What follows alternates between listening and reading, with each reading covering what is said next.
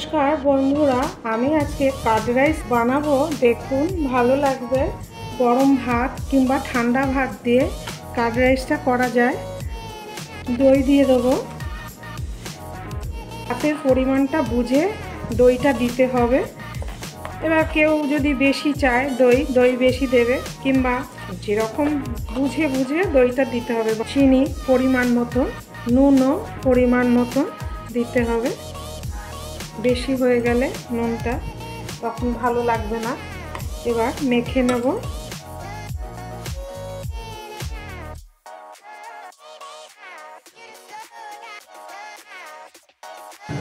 Card রাইসের তরকাটা বানিয়ে নেব। সর্ষে দেব, কারি পাতা,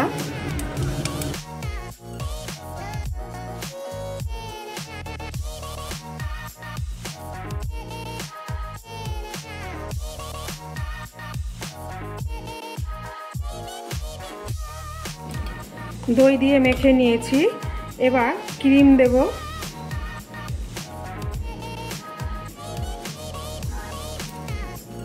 ক্রিমটা দিয়ে এবার মেখে নিচ্ছি। এবার তরকাটা দিয়ে দেবো। কার্ড রাইসটা বানানো হয়ে গেছে বন্ধুরা, দেখুন।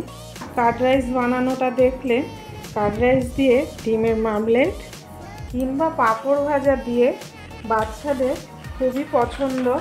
ওরা মাছের ঝোল, তরকারি এগুলো পছন্দ করে না।